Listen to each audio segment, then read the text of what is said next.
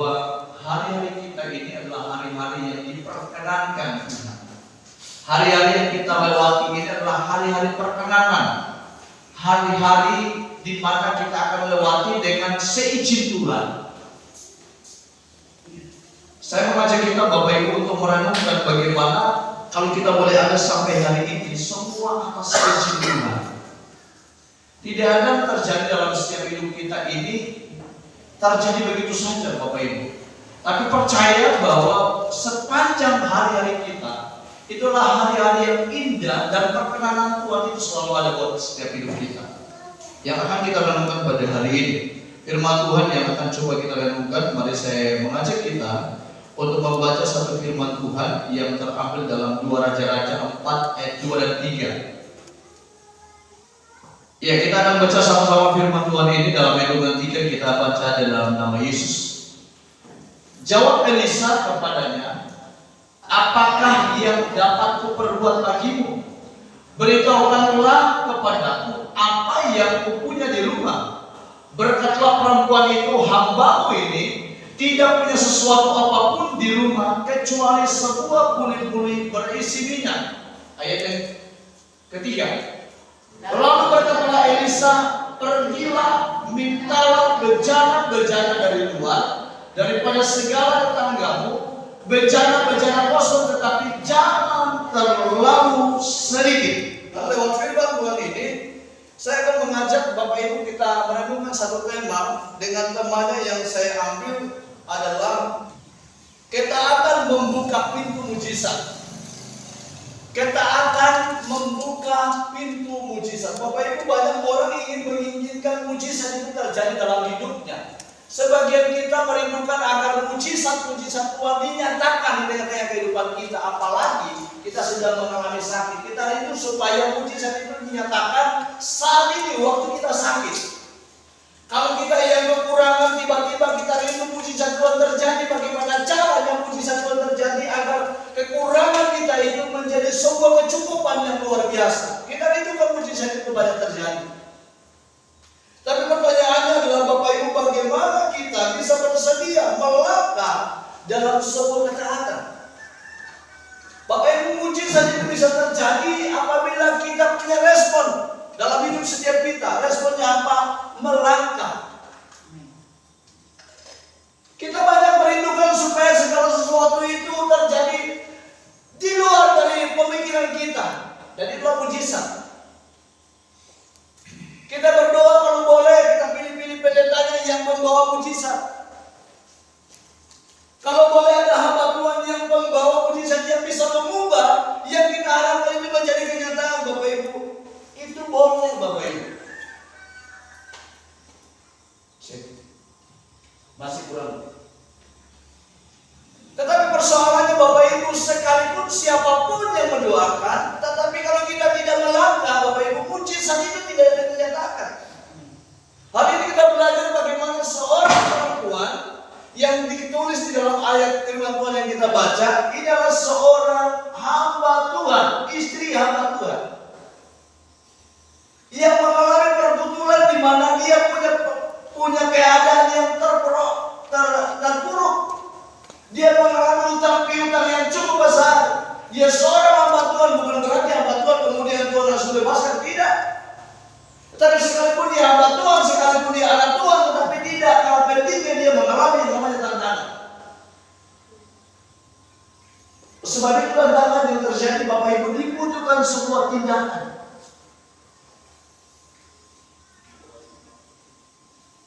Orang banyak menginginkan mujizat, tetapi tidak semua bersedia melangkah dalam ketaatan. Kisah Janda di dalam pembacaan yang kita baca ini menunjukkan bahwa ketaatan meskipun sederhana dan tampak tidak masuk akal adalah kunci utama untuk terbukanya pintu mujizat dalam hidup kita.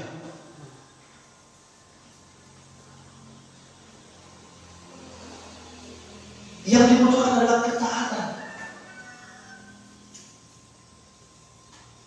Firman Tuhan yang kita baca dikatakan begini, beritahukanlah kepadaku apa-apa yang kau punya di rumah. Elisa tidak langsung memberikan solusi, tetapi dia mengajak si janda untuk berpikir, melihat kembali apa apa yang ada padanya. Bapak Ibu, hari ini kalau Bapak Ibu kekurangan, kira-kira kebutuhan makanan, lalu datang seorang hamba Tuhan, Bapak Ibu, apakah Bapak Ibu langsung spontan kalau boleh kasih datang beras? Kalau kita sakit, apakah Bapak Ibu langsung kalau boleh minta obat yang pakai? Tapi tidak. Elisa waktu janda ini datang kepada Elisa, Elisa tanya, apa yang bisa kuperbuat bagimu? Apa yang ada padamu yang ada di rumah? Waktu itu pergumulannya, dia memiliki utang yang besar. Suaminya meninggal, ada sebuah kebiasaan hutang menghutang. Tiba-tiba suaminya meninggal dan memberi kesan anak-anaknya, bahkan istrinya harus menanggung bebannya itu. Elisa tidak langsung memberikan uang atau memberikan solusi, tetapi mengajak si janda untuk berpikir melihat kembali apa yang ada sama dia.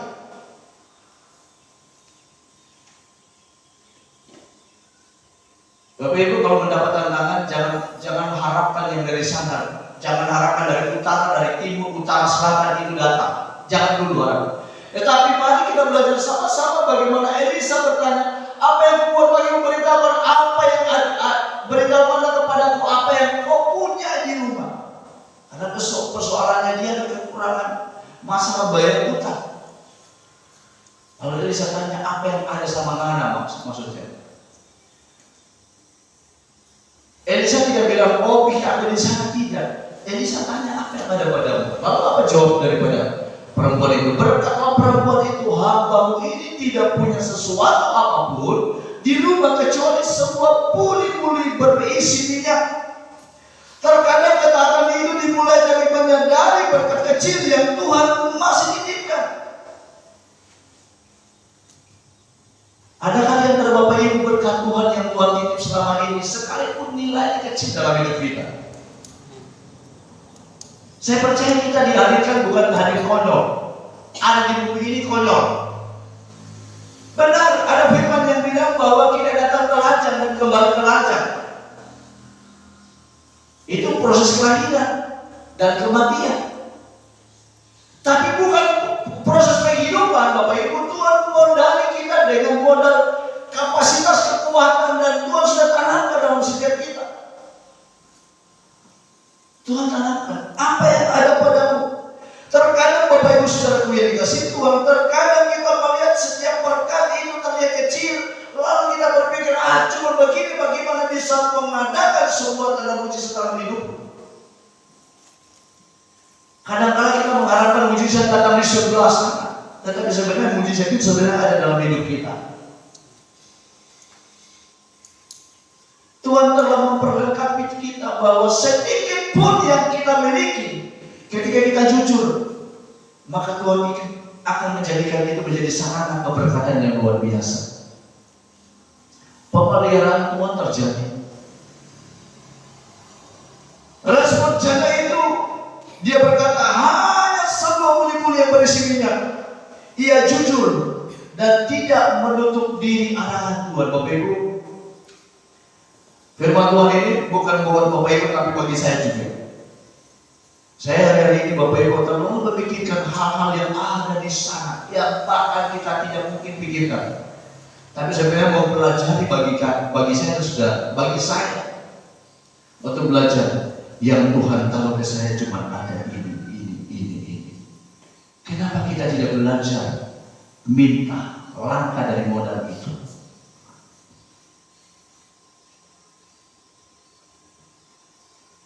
Yang ada sama kita itu yang Tuhan pakai. Kita berani jujur, mengajari kita untuk jujur bahwa yang ada sama kita cuma ini.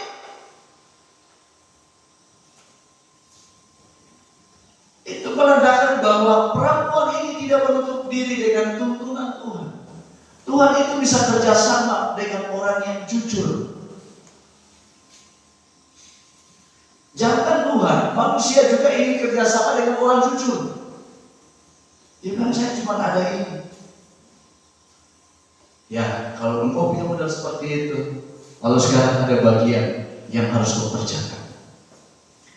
Dalam situasi sulit Bapak Ibu, jangan sampai telinga mata rohani kita itu tertutup. Dengan kenapa Tuhan minta dari kita, meski kelihatannya kecil dan itu biasa saja dan mungkin tidak masuk akal, tidak logis dalam pendengaran kita.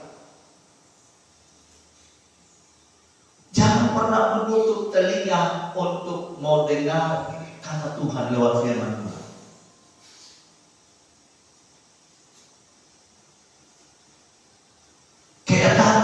Ketaatan itu dimulai dari mendengar dan merespon firman. Ketaatan dimulai dari kita mendengar dan merespon firman. Perempuan ini kekurangan, tapi tidak jadi alasan untuk tidak respon dengan firman.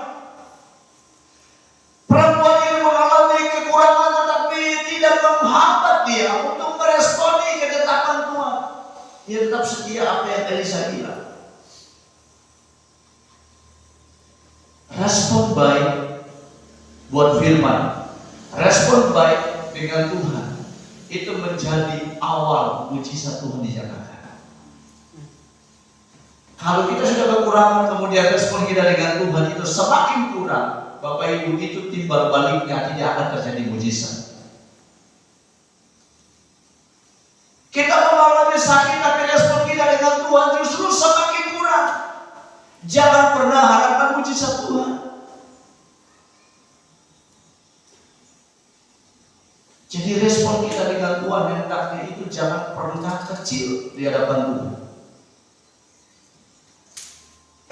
Waktu kami seminar di Makassar, Bapak Ibu, ada satu poin yang mengajarkan tentang setiap kita ditantang untuk mau minta apa saja. Ada yang jawab minta uang, ada yang jawab minta, pertama tidak jujur orang, sembunyi-sembunyi. Minta ya rohani dulu lah. Padahal ujung-ujungnya juga uang. Bapak Ibu, dari sisi itu ada sebuah pengajaran penting yang perlu kami renungkan sebagai peserta seminar, Bapak Ibu. Dia bilang semua itu Tuhan akan nyatakan. Yang kita minta itu Tuhan akan nyatakan. Tetapi kalau itu kita sudah dapat, berarti itu sudah kalau kita dapat, berarti itu sudah seimbang, level kita dapat. Contoh, saya minta Tuhan kasih saya mobil. Tuhan itu bisa kasih ketika jawaban doa kita itu seimbang dengan kalau kita dikasih. Tahu maksudnya? Tuhan itu bukan Tuhan yang tidak mendengar, bukan Tuhan yang tidak menjawab doa, tetapi jawaban Tuhan itu bisa dijawab ketika kita seimbang dengan doa kita.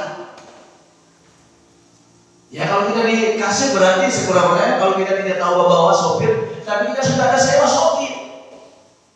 Kalau kita dikasih berarti sudah ada sewa beli minyaknya. Bapak Ibu, beli minyak mobil dengan beli minyak motor itu beda dengan nilai. Coba kalau kita punya pendapatan tidak ada, kemudian kita dikasih mobil, pusing baru isi minyaknya saja. Kalau mau ke kakao itu baru mau isi minyak berapa? Kalau kita cuma kebiasaan mau isi motor 3 liter satu tangki, Bapak Ibu bagaimana bisa isi motor cuma 3 liter? Jadi kapan Tuhan menjawab itu ketika kita seimbang, yang kita minta itu seimbang dengan pemberian. Amin. Harus seimbang. Dan Tuhan tahu yang seimbang itu Tuhan yang lebih tahu, bukan kita yang tahu. Jadi jangan pernah salahkan Tuhan. Kalau kita doa kemudian Tuhan belum jawab, jangan salahkan Tuhan karena doa kita, permohonan kita itu belum seimbang dengan jawaban Tuhan dalam hidup kita. Yang mengerti katakan amin.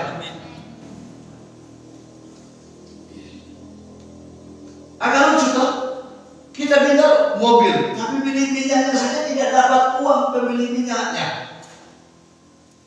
Jadi wajar Tuhan tidak kasih. Kalau dia kasih itu memang persoalan. Karena kebiasaan dia sih ada mau motor 3 liter pol tangkinya. Nah bagaimana kalau kita buka kakao dengan isi tangki dengan 3 liter itu tidak cocok, tidak bisa balik pulang.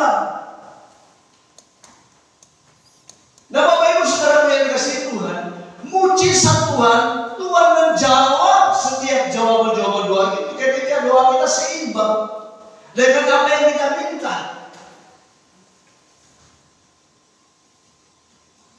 Kalau tidak seimbang, belum seimbang, Tuhan belum kasih. Dia bilang, tidak mungkin kalau minta ini. Kalau saya kasih, nggak ada kebablasan. Kalau saya kasih kena palau, kalau saya kasih kena pusing, pingsan, karena tidak tahu solusinya. Jadi, oh iya ya, sebenarnya kadang-kadang Tuhan itu mudah kasih. Tapi apakah level doa kita itu sudah seimbang dengan pemberian yang nanti Tuhan kasih?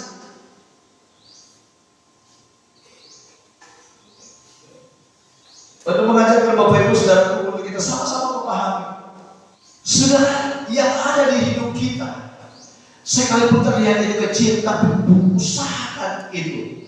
Kita minta sama Tuhan bukan sesuai dengan yang kita mimpi, tetapi yang ada dalam hidup kita. Seimbangkan itu. Respon janda ini, dia bilang, aku hanya memiliki puli-puli berisi minyak. Ia jujur dan tidak menutup diri untuk arahan-arahan Tuhan.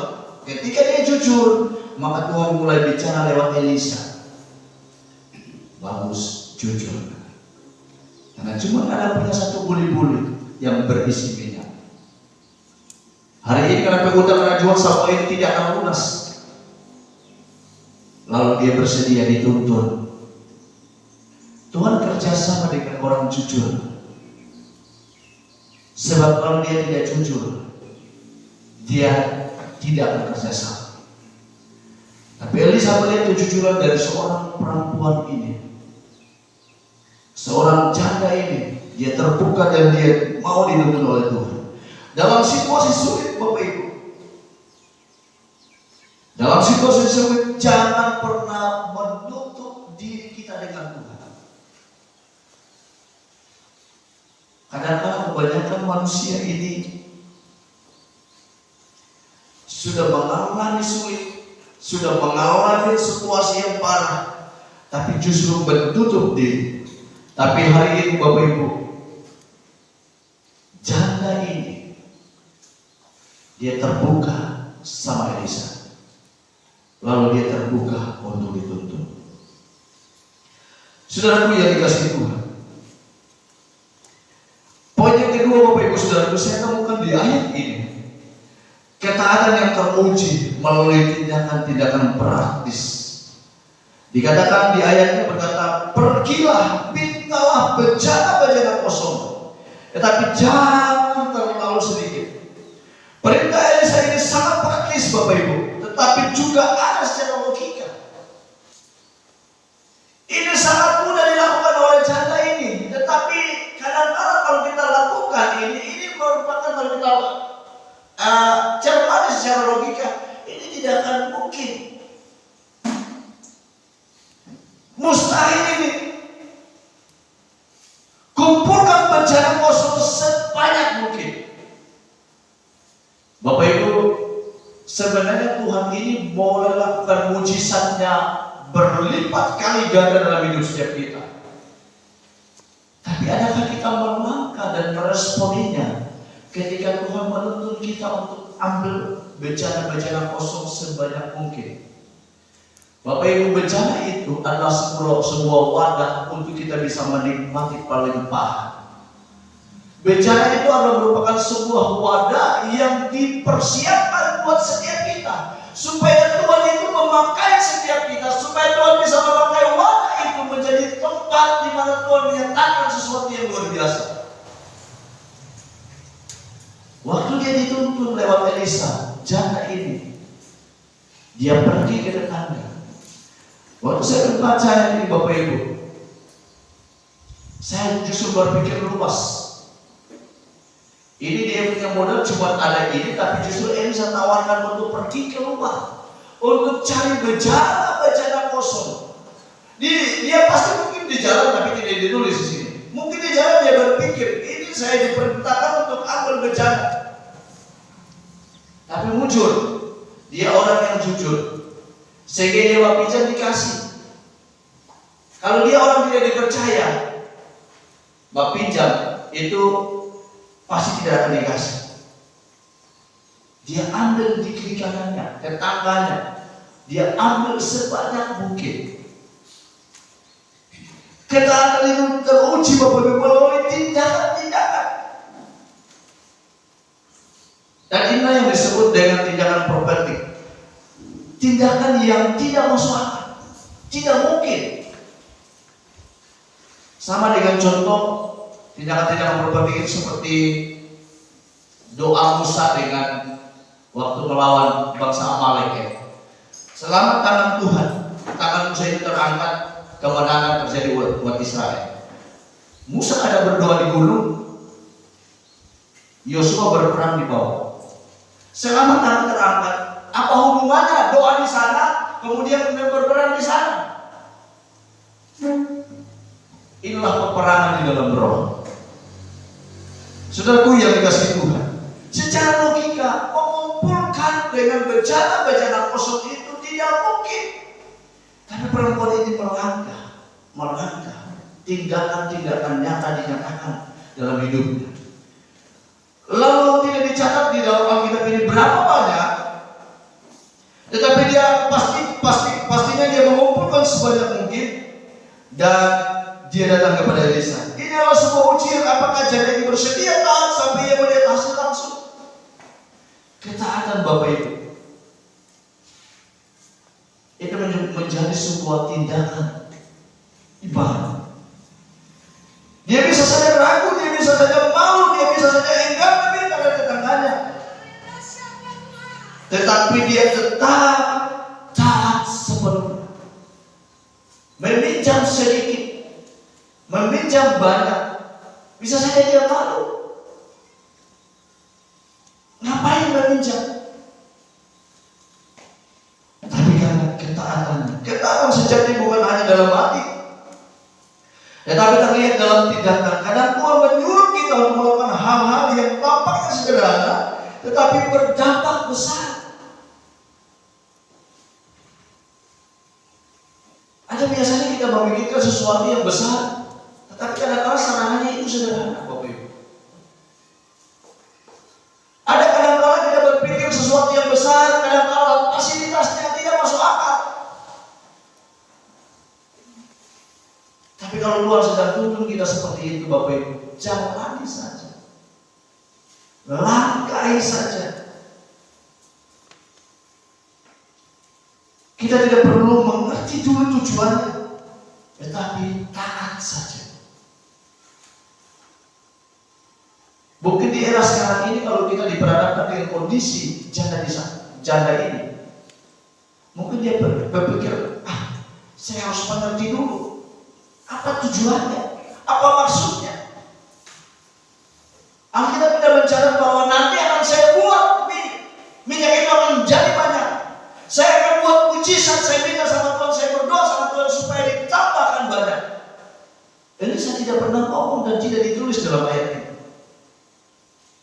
Seharusnya dia sempat berpikir bahwa apapun yang saya lakukan, saya harus mengerti dulu. Seharusnya saya harus paham dulu. Tapi dia tidak lakukan itu, tetapi dia taat apa yang dikatakan Elisa. Dia ambil bejana sebanyak mungkin. Saudaraku yang dikasihi Tuhan, dengan ketaatan maka Tuhan akan menunjukkan kuasa. Ketaatan membuat pintu mujizat yang melimpah. Kalau Bapak Ibu kita lihat di dalam ayat yang 4 sampai 6.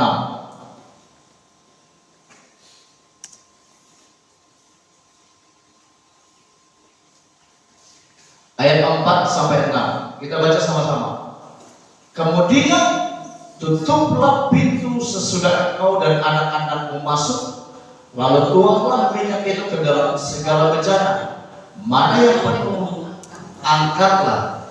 Terus pergilah perempuan itu daripada yang ditutupnya pintu sesudah ia dan anak-anaknya masuk, dan anak-anaknya mendekatkan bejana-bejana kepada yang sedang ia terus menuang. Ayat 6.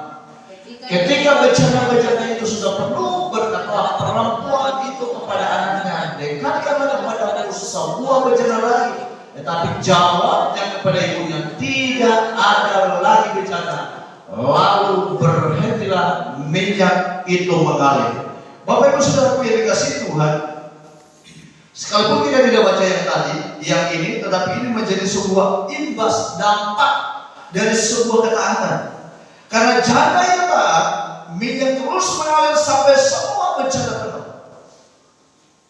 Alkitab sekali lagi saya mengatakan bahwa tidak mencatat berapa bencana yang dikumpulkan tetangga. Minyak hanya berhenti ketika tidak ada bencana-bencana, bukan karena minyaknya habis, tetapi karena wadahnya tidak ada.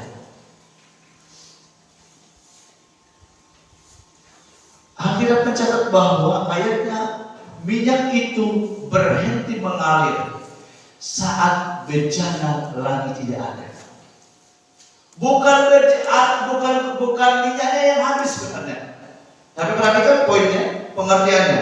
Pengertiannya karena bencana yang tidak ada.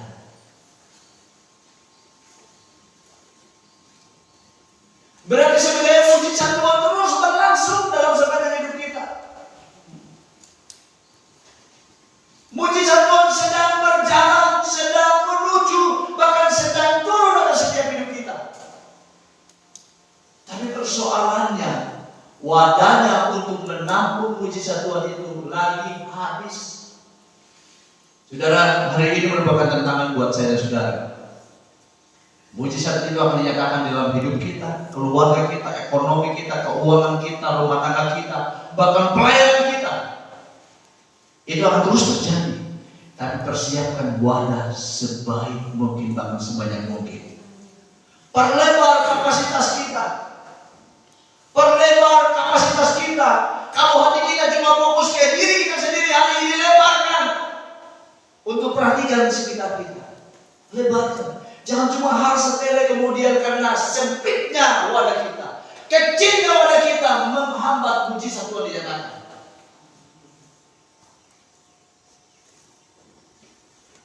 Jangan berpikiran sempit Bapak Ibu. Mujizat Tuhan dinyatakan, tapi luaskan wadah kita. Perbanyak kapasitas wadah kita. Perhatikan baik-baik. Minyak itu berhenti. Ya, ini Bapak Ibu perhatikan baik-baik. Ketika bencana-bencana ini sudah penuh, mereka dituntun dengan Tuhan lewat Elisa, dan mereka lakukan apa yang disampaikan oleh Elisa kepada mereka itu serupa dan seperti yang disampaikan oleh Elisa. Ketika bencana-bencana sudah penuh, berkata perempuan itu kepada anaknya, dekatkanlah kepadaku sebuah bencana lagi. Tetapi jawabnya kepada ibunya, tidak ada lagi bencana.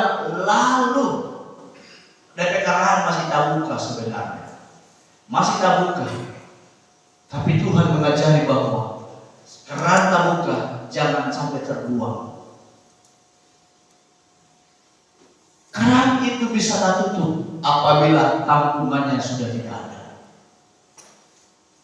Jadi bukan berarti minyak, sekali lagi saya bilang, minyak bukan berarti berhenti karena habis.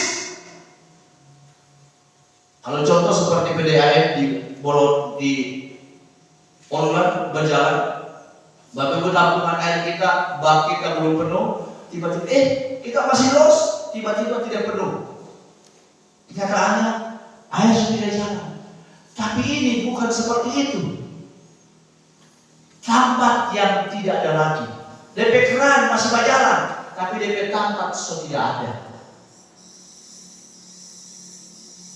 Salah siapa?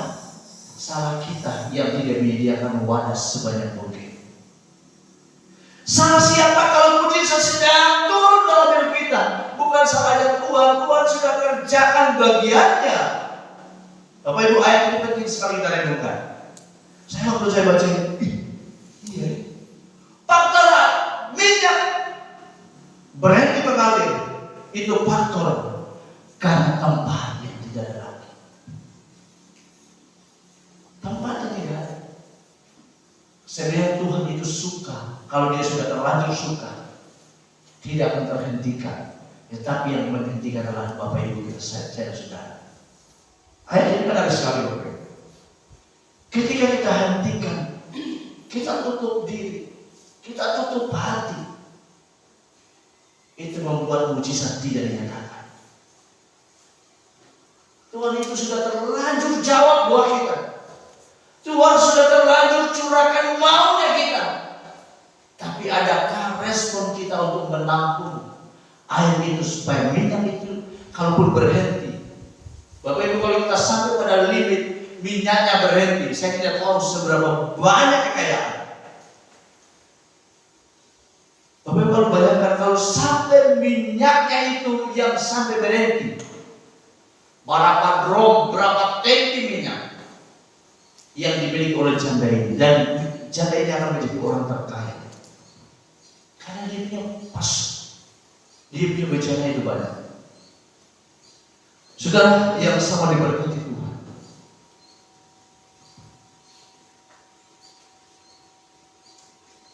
Tuhan tidak pernah kehabisan berkat. Dia mencukupkan, dia menyediakan melalui ketaatan dan tindakan kita.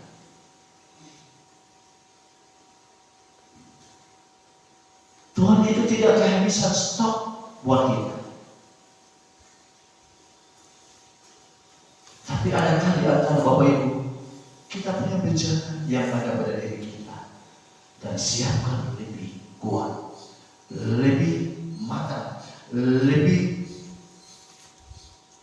kuat di hadapan Tuhan, supaya ketika bencana itu mengalir, minyak itu mengalir, kita menjadi orang yang penerima mujizat yang luar biasa. Saudara yang sama diberkati oleh Tuhan, katakan adalah pintu, katakan adalah sebuah dasar, katakan adalah sebuah sarana Tuhan untuk menjadikan mujizat dan setiap sisi-sisi kehidupan kita. Perempuan janda disambut ini dengan ketaatan, dia boleh menghidupi kehidupannya, bahkan dia bisa melunasi hutang-hutangnya, dan itu terjadi karena mujizat Tuhan. Sebab itu taatlah selalu ketika kita melangkah dan percaya dan melakukan apa yang Tuhan perintahkan. Walau kecil, Tuhan akan mengerjakan hal-hal besar dalam hidup kita. Mari kita belajar dari sana ini. Pertama dengar, percaya, bertindak, dan lihat tangan Tuhan berkarya dalam hidup kita. Pertama dengar, percaya, bertindak, dan lihat tangan Tuhan akan mengerjakan dalam setiap hidup kita. Sebab itu mari renungkan firman Allah ini. Kita akan coba aplikasikan dalam hidup saya dan saudara. Percaya mujizat Tuhan akan nyatakan dalam hidup saya dan saudara. Tuhan Yesus memberkati. Amin.